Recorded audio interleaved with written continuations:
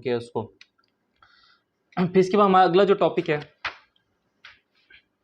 जो हमने डिस्कस करना है, ये तो सारी बातें की थी हमने प्रेगनेंसी की। उसके बाद जो हमारा मेन टॉपिक फिर अगले को स्टार्ट होता है उसको कहते हैं एबॉर्शन। एबॉर्शन होता क्या है और एबॉर्शन किया क्यों जाता है। अब मिसकैरेज के अंदर हम टॉपिक लॉ में पढ़ चुके हैं, इस्तकात हम और इस्तकात जना जाने, ये तो हम पढ़ चुके हैं। अब वही हमने इधर डिस्कस करना है कि इस्तकात हमल क्यों होता है, इस्तकात जना जाने लोग क्यों करते हैं, उसकी वजह क्या होती है। पहली बात तो ये है, अगर ये किसी गुड फेथ के लिए किया जाता है, किसी अच्छे काम के लिए किया जाता है, यानी कि बच्चा यानी कि एबनॉर्मल है कि अगर वो दुनिया में आता है तो वो यानी कि ऐसी ज़िंदगी गुजारेगा कि उससे बेहतर बंदा ज़िंदगी ना गुजारे, तो उसका कोई मसला नहीं है, तो एक मिसकैरेज कहलाएगा, उसको एबॉर्शन नहीं कहते, यानी कि वो गुड फेथ के लिए था। या फिर माँ की जान को खतरा है फिर एबॉर्शन किया जाए तो उसको यानी कि लीगल माना जाता है। अदरवाइज जो बाकी हैं उनको क्या कहा जाता है, उसको इलीगल कंसीडर किया जाता है। अदरवाइज बाकी क्या है, इलीगल है, क्राइम है। बाकी जो लीगल था वो तो हम पहले पढ़ चुके हैं, अब इसके अंदर हमने इलीगल पढ़ना है। एबॉर्शन के लिए लोग टेक्निक कौन कौन सी यूज़ करते होते हैं और किस किस स्टेजेस पे किस किस टाइप की यूज़ करते होते हैं। सबसे पहले तो हमें यह पता होना चाहिए, यानी कि अगर इसको 12 वीक्स हो चुके हैं प्रेगनेंसी का, तो लोग क्या करते हैं, डायलिटेशन या कैट्रिज वगैरह को यूज़ करते होते हैं। अगर उसके बाद 12 वीक के अगर यानी कि बाद क्या यूज़ करते होते हैं, कौन से अपेटस यूज़ करते होते हैं, यानी कि ताकि ये डिलीवरी यानी कि एबॉर्शन हो जाए, तो उसे क्या कहते हैं, हिस्टेक्टोमी कहते होते हैं। इसी तरह फिर वो यानी कि अगर जब फाइनल स्टेज आ जाए तो वैक्यूम सक्शन वगैरह उसके तहत यानी कि ये अबॉर्शन करवाते होते हैं। सबसे पहले जो अगर मैं मेन डिस्कस करूँ तो सबसे पहले ओवम होता है, उसके बाद मेरे पास क्या आ जाता है, एम्ब्रियो, और तीसरी स्टेज मेरे पास क्या आ जाती है, फीटल। अगर ओवम 10 दिन का है, 10 डेज, तो उसके लिए लोग कौन सा प्रोसीजर यूज करते होते हैं, वायलेंस। दूसरा स्टेज क्या था, एम्ब्रियो, ये यानी कि कब से कब तक, और 9 वीक्स तक, ड्यूरेशन से कितना, 9 हफ्ते। इसके अंदर लोग क्या पॉइजनस ड्रग्स यूज कर लेते हैं। तीसरा हमारे पास कोई यानी कि इसके बाद टिल डिलीवरी जो प्रोसीजर लोग करते होते हैं, या जो यानी कि डिलीवरी तक भी चला जाए कोई यानी कि प्रेगनेंसी, तो उसके लिए फिर लोग क्या चूज़ करते, कोई इंस्ट्रूमेंट इस्तेमाल करना शुरू कर देते हैं, इंस्ट्रूमेंट्स वगैरह।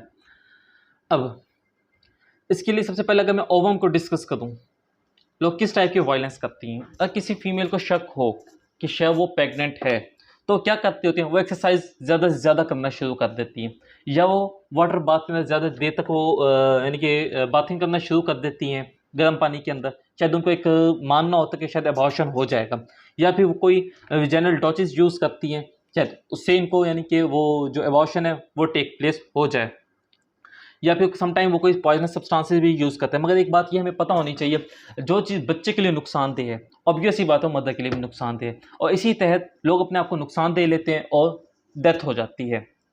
इसके बाद अगर मैं एम्ब्रियो स्टेज की बात करूँ, इसके अंदर लोग क्या करते होते हैं, यानी कि कोई पेंसिल्स का यूज़ कर लेते होते हैं एम्ब्रियो के अंदर, नहीं बल्कि इसके अंदर फिटर के अंदर।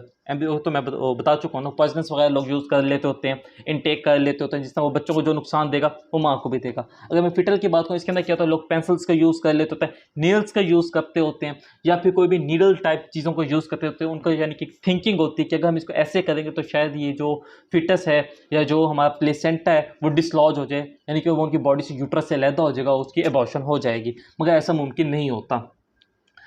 या लोग सिरिंजेस का यूज़ करते हैं, उसका कोई डिसइंफेक्टेंट, कोई सोप, कोई डिटॉल वगैरह का जिस तरह के होता है डिसइंफेक्टेंट, उसको यानी कि अपनी बॉडी के अंदर इंजेक्ट कर लेते हैं, ताकि यानी कि हो सकता है कि बेबी की डेथ हो जाए और एबॉर्शन हो जाए। मगर इस तरह नहीं हो पाता, या अगर हो भी जाता है तो इस तरह माँ की भी जान को ज़्यादा खतरा होता है और उसकी भी डेथ हो सकती है। अब हमारे पास अगर मैं इसके कॉन्सिक्वेंसेज की बात करूँ एबॉर्शन की, तो 2 टाइप्स ऑफ डेथ होती है। एक हमारे पास क्या आती है, रैपिड डेथ, दूसरी हमारे पास क्या आती है, डिले डेथ। रैपिड डेथ हमारे पास किन वजह से होती है, ये कैसे होती है, वो हम इधर पहले डिस्कस कर लेते हैं। रैपिड डेथ में होता क्या है, एयर एम्बोलिज्म हो सकती है, हैमरेज हो सकता है, या फिर कोई विगल शॉक की वजह से मदर की डेथ हो सकती है, या कोई ट्रॉमा वगैरह हो जाता है तो उससे जैसे यानी कि हैमरेज वगैरह होती है, यानी कि ब्लड लॉस ज़्यादा होता है, तो उससे भी डेथ हो जाती है। लेकिन सबसे पहले जो मैं डिस्कस करता होता हूँ वो क्या है, विगल शॉक। विगल शॉक होता कैसे है, लोग यानी कि किसी भी एनेस्थीसिया के बगैर या किसी भी यानी कि प्रॉपर डॉक्टर के बगैर खुद यानी कि सेल्फ एबॉर्शन की कोशिश करते हैं, या कुछ होते हैं यानी कि कोई यानी कि नौसिखिए के ज़रिए वो एबॉर्शन करवाने की कोशिश करती हैं, तो फ़ौरन वो विगल शॉक हो जाता है, जिससे क्या होता है यानी कि फ़ौरन विगल शॉक होगा तो पेशेंट की डेथ हो जाती है। इससे यानी कि पता नहीं चलता, कोई इंटरनल या एक्सटर्नल हेमोरेज नहीं होती, मगर उसके इंडिकेशंस वाज़ेह हो जाते हैं कि क्या हुआ है। सबसे पहले हमने क्या डिस्कस किया है, विगल शॉक। इसमें क्या होता है यानी कि लोग यानी कि किसी नौसिखिए के ज़रिए या खुद एबॉर्शन करने की कोशिश करते होते हैं, कोई इंस्ट्रूमेंट यूज़ कर लिया या कोई पॉइजनस यूज़ कर लिया, या खुद अपने हिसाब से यानी कि तरीके आजमा के सोच के उस पर अप्लाई किया, तो उसकी वजह से विगल शॉक हुआ, उसकी डेथ हो जाती है। दूसरे हमारे पास क्या आ जाता है, एयर एम्बोलिज्म। एयर एम्बोलिज्म में हमारे पास क्या होता है, इसके अंदर यानी कि जो मदर होती है वो यानी कि अपने अंदर यानी कि यूट्रस के अंदर एयर यानी कि किसी यानी कि इंजेक्शन के अंदर एयर फिल करके उसको यानी कि अपने यूट्राइन के अंदर इंजेक्ट कर देती है, जिसका नतीजा क्या होता है कि उसका यानी कि वैसे मानना ये होता है कि प्लेसेंटा डिटैच हो जाएगा और वो बाहर निकल आएगा और यानी कि अबॉर्शन हो जाएगी। मगर इसका नुकसान उसे क्या होता है, वो जो एयर बबल्स हैं वो यानी कि जो हमारे पास वहाँ पे ब्लड वेसल्स हैं उसके अंदर वो एयर चली जाती है, और फिर उसके तहत वहाँ से होती हुई उसके हार्ट के अंदर चली जाती है, जिसके अंदर एयर एम्बोलिज्म होती है, उसकी वहीं पे सडन डेथ हो जाती होती है। यानी कि फिर हम उसके यानी कि ये ऑटोप्सी करते होते हैं तो हमें उसके सैंपल्स भी मिलते होते हैं, यानी कि वेंस के अंदर जिस जगह से यानी कि एयर अंदर जाती है वहाँ से हमें एयर एम्बोलिज्म मिल जाते हैं, या उसके हार्ट के पास वो एयर एम्बोलिज्म पड़े होते हैं, इन्फियर वेना केवा के थ्रू इनके हार्ट में जाते हैं, फिर उसकी डेथ हो जाती है। तीसरा हमारे पास क्या आता है, हेमोरेज। फीमेल यानी कि कुछ भी चीज़ों को इस्तेमाल करते हैं, कोई भी नोकदार चीज़ें इस्तेमाल करते हैं कि उनका यानी कि थिंकिंग ऐसी होती है कि हाँ भाई अगर वो इस चीज़ को इस्तेमाल करेंगे, अगर ऐसे ऐसे प्रोसीजर करेंगी तो यानी कि अबॉर्शन होगी और वो निकल जाए, कोई भी नोकदार चीज़ है तो उससे नुकसान उन्हें क्या होता है कि यानी कि वो वहाँ की वेंस को, आर्टरीज को, ब्लड वेसल को मतलब रप्चर कर देती है, या फिर वो उसको इतना नुकसान देती है कि यानी कि वो वॉल ऑफ यूट्रस को ही यानी कि वो रप्चर करके परफोरेट करके सीधा इंटेस्टाइन को इफेक्ट कर देती है। यानी कि नसीबो वन के अंदर ये भी एक तस्वीर दिखाई हुई है जिसके अंदर यानी कि किसी ने ऐसे ही किया है और उसने अम्बलाइकल कॉर्ड को क्या समझ लिया है, यानी कि उस इंटेस्टाइन को क्या समझा कि अम्बलाइकल कॉर्ड है उसको वहीं से खींच लिया है, जिसके उसकी सडन डेथ हो गई है। यानी कि यह हम देख सकते हैं, इस वजह से भी उसकी डेथ हो जाती होती है, ज़्यादा ब्लड लॉस होने का। लाजमी नहीं है कि इसके अंदर एक्सटर्नल ब्लीडिंग ज़्यादा हो, इसकी जो ब्लीडिंग होती है वो यानी कि पेट के अंदर ही होने लग जाती है, इंटरनल ब्लीडिंग स्टार्ट हो जाती है, उसको पता भी नहीं चलता और डेथ हो जाती है। इसके बाद हमारे पास आता है डिलेड डेथ। डिलेड डेथ में हमारे पास क्या आता है, कोई सेप्सिस आ जाती हैं, यानी कि कोई भी यानी कि चीज़ यूज़ की है जिसकी वजह से सेप्सिस हो गया है, और कुछ ऐसे बस यानी कि डेथ भी हो सकती है, या रीनल फेलियर के केसेस आ जाते हैं हमारे पास। इसके बाद यानी कि अगर लेट कॉम्प्लिकेशंस कुछ हो, यानी कि पेल्विक सेलुलाइटिस वगैरह भी आ जाता है, वो भी सारा इसी में ही आता है डिलेड डेथ में, वो भी इसकी यानी कि डिलेड डेथ की काजेज बनती होती हैं। कौन सा, पेल्विक पेल्विक सेलुलाइटिस, उसकी वजह से भी डेथ हो जाती है। अब इसके अलावा हमारे पास एक ऑटोप्सी फाइंडिंग है जिसके अंदर हमने ये देखना है कि यानी कि क्या हुआ था विक्टिम के साथ। इसमें इसमें हमें ये ऑब्जर्व करना है कि कोई पेशेंट है उसके पास यानी कि अब डेड बॉडी हमें मिली है, तो हमें वहाँ पे उसके यानी कि जो उसका इन्वायरमेंट है हमें वो जज करना है। जो उसके कपड़े होंगे वो सही तरीके से उसके यानी कि सही मैनेज में नहीं होंगे, डिसअरेंजमेंट होगी उसके अंदर, यानी कि कोई उसने स्विंज यूज़ की है, या उसने कोई डिटॉल या कोई डिटर्जेंट या कुछ भी यूज़ किया है, कोई पॉइजन यूज़ किया है, तो उसके पास कहीं ना कहीं पड़ा होगा। और डॉक्टर को चाहिए या कोई भी लेबॉरेटरी टेक्नीशियन है या जो भी यानी कि जिसने उस चीज़ को प्रिजर्व करना है, कोई भी फोरेंसिक डॉक्टर है, तो उसको चाहिए कि वो हर चीज़ को कलेक्ट करे। इवन कि जो उसकी बॉडी से वाटर रिलीज भी हो रहा है, यानी कि जितना बॉडी को हटाते हैं ना एक जगह से दूसरी जगह रखने के लिए, तो उसके वजाइना से डिस्चार्ज होगा अगर उसने यानी कि कोई चीज़ अपने अंदर इंजेक्ट की है, तो यानी कि जो फिर वो बाहर की तरफ निकलेगा तो उसको प्रिजर्व कर ले, ताकि पता चले कि उसने क्या क्या चीज़ों को इस्तेमाल किया। फिर उसके अलावा फिर वो चेक करते होते हैं कि फिटस था, फिटस की एज क्या थी, फिटस को यानी कि ट्रॉमा हुआ है तो किस टाइप का हुआ है और कैसे उसके साथ किया गया है। यानी कि अगर एयर एम्बोलिज्म हुई है कोई एयर एम्बोलिज्म हुई है तो उसके लिए हमारे पास क्या होता है, इनके साइनोसिस अपेयर होते हैं, कंजेशन अपेयर होती है, पल्मोनरी आर्टरीज, राइट एट्रियम के अंदर सारी यानी कि हमें यानी कि एयर उसके अंदर मिल जाती होती है, कोई एयर एम्बोलिज्म के थ्रू हुई होती है। और कोई सेप्सिस के थ्रू हुई होती है डेथ किसी की, तो हमें वहाँ पे यानी कि कुछ बैक्टीरिया वगैरह, सेप्टिक बैक्टीरिया, सेप्टिक पैथोजेंस वगैरह हमें मिल जाते हैं। जिस तरह के फॉर एग्जांपल यानी कि इसके अंदर सबसे ज़्यादा कौन सा क्लॉस्ट्रिडियम वेल्ची इसके अंदर सबसे मेन के ऊपर है, यानी कि वहाँ पे वो अपीयर होता है। अब इसके अंदर मैं आपको ये टेबल दिखा दूँ, ये वाला जो टेबल है, Clostridium welchii, anaerobic streptococci E coli, Streptococcus pyogenes, Staphylococcus pyogenes, ये बड़े इंपॉर्टेंट है और ये एमसीक्यूज़ में भी आते हैं, यानी कि बीसीक्यूज़, एमसीक्यूज़ वगैरह ये उसमें भी आते हैं। इसके बाद जो हमारा नेक्स्ट टॉपिक है वो कौन सा है हमारे पास, एथिकल ऑब्लिगेशंस।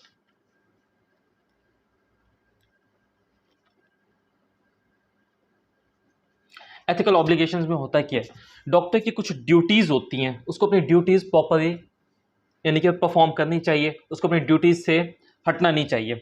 सबसे पहले क्या होता है, डॉक्टर को जो चाहिए कि वो किसी का कंसेंट ले, कंसेंट लेके काम करे सादा। उसके अलावा वो जो पेशेंट की इंफॉर्मेशन है वो किसी को भी डाइवर्ज ना करे, मतलब कि किसी को ऐसे उगलना शुरू ना कर दे, कोई भी पूछे चल भाई सादी कहानी बताना शुरू हो गया। उसको चाहिए कि यानी कि अगर कोई पुलिस केस है, यानी कि कोई यानी कि सेल्फ अबॉर्शन का केस है, यानी कि कोई देखते हैं कि किसी ने खुद करने की अबॉर्शन की कोशिश की है, तो फ़ोन से पुलिस को बुलाए ताकि पुलिस आके बयान ले, पुलिस यानी कि सादा यानी कि उसकी तफ्तीश करे। उसके बाद अगर कोई फीमेल आई है इस हालत के अंदर कि यानी कि वो मरने वाली थी, तो उसको फौरी तौर पे यानी कि वो उसका क्या ले, डाइंग डिक्लेरेशन उसका फौरी तौर पे ले। अगर वो मर जाती तो वो एक्सेप्टेबल भी हो जाएगा, सारा उसके बारे में सारा वो स्नैरियो ले और वो उसके बाद उसको पुलिस के हवाले कर दे कि हाँ भाई ये सारा उसने बयान रिकॉर्ड किया हुआ है। इसके बाद यानी कि जो अब हमें पता कैसे चलेगा न्यू बॉर्न का, जो न्यू बॉर्न बेबी अगर उसके अंदर है यानी कि प्रोड्यूस हुआ है, यानी कि जो न्यू बॉर्न बेबी की जो फैमिली के अंदर एडिशन हुई है, प्रीनेटल था या पोस्टनेटल है, हम ये डिस्कस करेंगे, प्रीनेटल या पोस्टनेटल।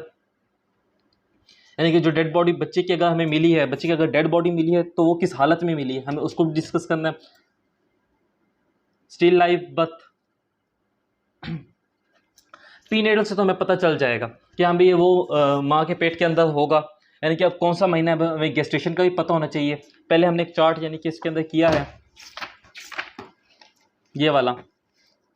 इस चार्ट के तहत हमें सारा पता है मंथ्स ऑफ गेस्टेशन का, यानी कितने इंचेस यानी कि वो जो पेट है यानी कि एब्डोमिन है वो कितना यानी कि साइज़ उसका इनक्रीज़ हो, यूट्राइन का साइज़ कितना इंक्रीज़ हुआ होगा, यानी कि तीसरे महीने का 4 से 5 इंच, चौथे महीने में 5 से 6, इस तरह पाँचवें में 6 से 7, छठे में 8 से 9, सातवें में 10 से 11, 11 से 12, 12 से 13, 12 से 14, ऐसे हमने यानी कि उसको पता लग जाएगा। इसके बाद अगर वो यानी कि एक तो हम उसके साइज़ से मैयर करेंगे फिटस के कि उसका साइज़ कितना है, तो उससे हमें पता लग जाएगा। या फिर जो 7 मंथ के बाद तो हम उसकी मॉर्फोलॉजिकल भी हम उसकी ऑसिफिकेशंस देख के हम उसको मैयर कर सकते हैं कि उसकी एज क्या है।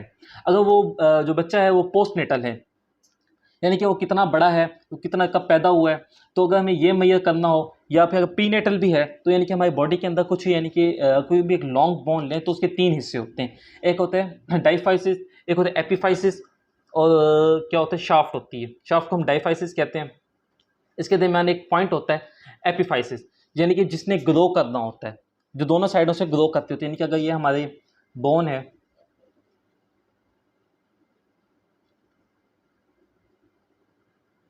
तो इस जगह ये प्लेट प्रेजेंट होती है और इस जगह ये प्लेट हमारी प्रेजेंट होती है जॉइंट्स के करीब। ये हमारे पास शाफ्ट आ गई, ठीक है, ये हमारा एपिफाइसिस आ गया, यानी कि ये जो जगह होती है हमारी ये ग्रो करती होती हैं। और जब इंसान एक प्रॉपर यानी कि एज अटेन कर लेता है, यानी कि 18 साल के बाद या 25 साल तक, तो ये सारी की सारी बंद हो जाती हैं। उसके बाद ये साइज सॉलिड होती है, उससे पहले ये कार्टिलेजिनियस होती है, सॉफ्ट होती है, ये ग्रो करती रहती हैं।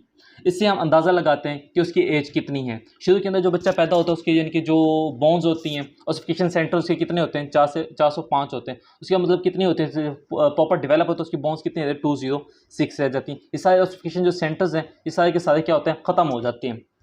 इससे हम उसका पता लगा सकते हैं। अब आता है स्टिल लाइफ, इसको हम डिस्कस करते हैं। इसके अंदर क्या होता है, यानी कि अगर जो बच्चे की डिलीवरी हुई है, तो अगर उसने इस दुनिया में आकर सांस लिया भी है या नहीं लिया, अब हमें ये भी पता होना बड़ा ज़रूरी है। अगर अब हमें पता कैसे चलेगा, यानी कि अगर जो डिलीवरी हुई है और जो बच्चे का लंग्स हैं वो प्रॉपर्ली एक्सपेंडेड नहीं है, जो हार्ट है वो उसने लंग्स ने हार्ट को कवर नहीं किया हुआ, तो हमें इससे जो उसके एजिस हैं वो भी यानी कि शार्प एजिस हैं जिस तरह के इसके होते हैं लीवर के, तो मतलब कि उसने भी इस दुनिया में आके सांस नहीं लिया। मगर अगर वो बच्चा इनके इंस्पायरेशन करता है तो या कुछ खाता है तो उसके कुछ सैंपल या कुछ ट्रेसेस उसके स्टमक में होंगे, जो यानी कि जो उसका लंग्स होंगे उसने प्रॉपरली हार्ट को ऐसे कवर, ऊपर से ऐसे कवर कर लिया होगा, तो वो बिकम स्पॉन्जी भी होगा। उसके अलावा जो उसके यानी कलर है वो भी उसका चेंज हो चुका होगा। जब वो अनब्रीथ था लंग, तो उसका जो कलर था वो डीप वॉयलेट कलर था। उसके बाद वो यानी कि जब उसने सांस लिया तो वो लाइट रेड एस कलर के अंदर आ जाता होता है। इससे हमें अंदाज़ा लगाते हैं कि उसने सांस लिया है या नहीं लिया। और यानी कि कुछ डिजीज़ हो जाती है बच्चों को, जिससे हम अंदाज़ा लगाते हैं या डेथ हो जाती है। इस तरह आरडीएस वगैरह है जिसके अंदर बच्चे प्रॉपर सांस नहीं ले पाते, डायफ्राम प्रॉपर एक्सपैंड नहीं होता, उनकी डेथ हो जाती होती है। और कोई बच्चे को हाइड्रोसील्स वगैरह तो उसके टेस्ट हम करवाते होते हैं या हमें वो अंदर से पता लग जाता होता है, यानी कि उसके यानी कि हम चेस्ट कैविटी को प्रॉपर एग्जामिन करते हैं। इसके बाद हम ये चेक करते होते हैं कि हमें सबसे ज़्यादा यानी कि स्टिल लाइफ के अंदर क्या चीज़ें हमें देखनी चाहिए। तो यानी कि सबसे पहले हमें पता होना चाहिए हमें बस क्या सैंपल्स आते हैं, food in stomach, air in gastro intestinal tract. तो उसके बाद हमारे पास क्या आता है, चेंजेस इन फीटल ब्लड। उसके बाद हमारे पास क्या आता है, वेजिटाइटस यूट्राइनस। ये चार चीज़ें हम इसको पहले मेन जज करते होते हैं स्टिल और लाइव केसेस के अंदर। अगर कोई आदमी ज़िंदा है यानी कोई बच्चा ज़िंदा है तो उसके अंदर ये चेंजेस होगी। अगर वो ज़िंदा नहीं था यानी कि वो जो पैदा हुआ तो पहले से यानी कि उसकी डेथ हो चुकी थी तो स्टिल के अंदर जाता है। इसके बाद हमने डिस्कस करना है कि अगर कोई बच्चा लाइव है तो उसकी एज कितनी है या उसको यानी कितना ऐसा हुआ है, तो हम उसको कैसे जज करते होते हैं। अगर लाइव है, लाइव वगैरह है या कोई भी हमने उसकी एज जज करनी है, साइज़ से हमें पता चलेगा, साइज़ एंड शेप से। Meconium in anal canal, degree of dryness in umbilical cord, और चौथा हमारे पास क्या आता है, फंक्शनल एस्पेक्ट ऑफ सर्कुलेशन। इससे हम अंदाज़ा लगाते हैं कि यानी कि वो ज़िंदा था तो यानी कितना अर्सा उसे ज़िंदा रहते हुए हो गया है। सबसे पहले एक पॉइंट होता है कैपिट, क्या लिखा हुआ है, कैपिट स्केड्रम लिखा हुआ है यानी कि बुक के अंदर। उसके अंदर यानी कि ये है कि वो जो हमारा स्कल होता है इसके दरमियान में एक पॉइंट होता है वो बड़ा नरम होता है बच्चों के अंदर। 2 से 3 साल के बाद यानी कि 2 से 3 दिन होते हैं उसको तो वो हार्ड होना स्टार्ट हो जाता है, तो हम उससे उसका अंदाज़ा लगा सकते हैं। दूसरा हमारे पास ये पॉइंट है मैकोनियम, यानी कि ग्रीन कलर का मटेरियल होता है जो बच्चे के इंटेस्टाइन के अंदर या पूरे स्टमक से लेकर इंटेस्टाइन तक, पूरे एनस तक वो होता है। और वो 2 से 3 दिन यानी कि उसको 3 से 4 दिन लग जाते हैं डिस्चार्ज होते होते, यानी कि प्रॉपर रेक्टम तक यानी कि वो ग्रीन मटेरियल निकलता है तो उसके जिस्म से, जिससे हम अंदाज़ा लगा सकते हैं कि इस बच्चे की एज कितनी है। या फिर हम इसकी यानी कि ड्राइनेस देख लेते होते हैं अम्बिलिकल कॉर्ड की, किसको ये कितना ड्राई हो चुका है, इससे हम अंदाज़ा लगाते होते हैं। ये हमारा टॉपिक अब कंप्लीट हो चुका है। ये हमारे पास सेक्सुअल इंटरकोर्स का ये सारा रिलेटेड ये सारा हम पढ़ चुके हैं। Potency, importance, psychological impotency, sterility, pregnancy, ये सारी बातें। एक clinical symptom, science in breast, abdomen, in vagina, investigational findings हमारे पास क्या क्या आती हैं। उसके अलावा सुपरफिटेशन क्या है, सुपरफिकेंडेशन क्या है हमारे पास, ये सारी चीज़ें हम पढ़ चुके हैं। उसके अलावा एबॉर्शन हम पढ़ चुके हो, ये सारा क्लिनिकल आ गया, ये वो चीज़ मैंने आपको पहले बता दी है अभी। ऑटोप्सी फाइंडिंग्स भी हम कर चुके हैं, ये सारा हम डिस्कस कर चुके हैं। और ये एंड वाला हमारे पास क्या आता है, size, large, मैकोनियम in anal canal, umbilical cord, और ये सारा अभी हम इसको कर चुके हैं। बाकी इसके बाद हमारा एक टॉपिक रह गया सेक्सुअल ऑफेंस, इसको हम बाद में करते हैं नेक्स्ट वीडियो के अंदर, ये मैं दिखा दूँगा।